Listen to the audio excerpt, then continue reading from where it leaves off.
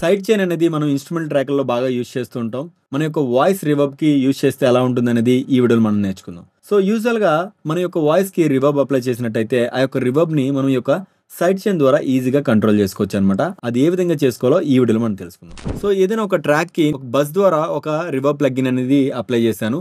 ఈ యొక్క reverb plugin కిందన మనం ఒక కంప్రెసర్ అనేది యాడ్ చేస్తే ఫర్ ఎగ్జాంపుల్ ఫ్యాబ్ ఫిల్టర్‌లో ఉన్నటువంటి ఈ యొక్క ప్రోసిటీ ప్లగిన్‌ని యాడ్ చేశాను. సో, యాడ్ చేసిన తర్వాత ఇక్కడ నేను సైడ్ చైన్ అనే ఒక ఆప్షన్ ద్వారా ట్రాక్‌కి అయితే నేను ఈ యొక్క రివర్బ్‌ని అప్లై చేస్తానో ఆ యొక్క ట్రాక్‌ని నేను సెలెక్ట్ చేసుకున్నాను. సెలెక్ట్ చేసుకున్న తర్వాత ఇక్కడ మనకి సైడ్ చైన్ అనే ఒక ఆప్షన్ ఉంటుంది. దీన్ని క్లిక్ చేస్తే మనకి ఈ విధంగా ఓపెన్ అవుతుందనమాట.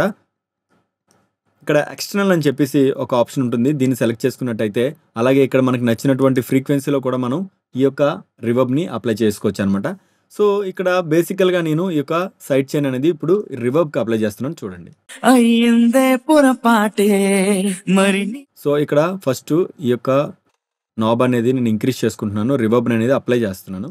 అయ్యిందే పొరపాటే మరి నీవన్న మాటే నే కాదన్న పూటే మనలో ప్రేమలోటే తెలిసే. సో, ఇది పర్ఫెక్ట్‌గా మనం చేసినట్టయితే మన యొక్క వాయిస్ తర్వాత ఈ యొక్క రివర్బ్ అనేది వస్తూ ఉంటదనమాట.